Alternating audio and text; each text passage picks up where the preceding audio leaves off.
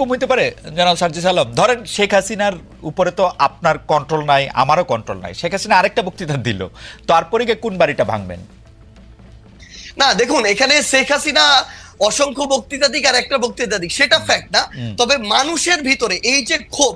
যেই ক্ষোভটা আসলে মানুষের একটা ভিতরে 5ই অগস্টের পরে যে কথাটি গতকালকে আমরা দেখলাম যে আমাদের উপদেষ্টা মাহফুজ ভাই যিনি রয়েছে তিনি বলেছিলেন যে মানুষ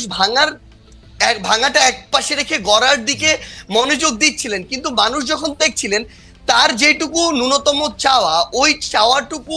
বিচারের ক্ষেত্রে হোক বা অন্যান্য পলিটিক্যাল স্পেয়ারে হোক যেটা মানুষ এক্সপেক্ট করে, ওইটুকু যখন প্রত্যাশিত অনুযায়ী পাচ্ছে না, তখন মানুষের এই ক্ষোভের উদ্গরণটা বিভিন্ন কারণে হচ্ছে এবং ঘটছে। এবং সবচেয়ে গুরুত্বপূর্ণ বিষয় হচ্ছে শেখ হাসিনা আগামীতে, আমি ধরে নিচ্ছি 1 মাস পরে কোনো বক্তব্য দিলেনও না, কিন্তু আজকে থেকে 2, 3, 4 মাস পরে আমরা যদি এই দৃশ্যমান শহীদ পরিবারের কিংবা যারা আমাদের আহত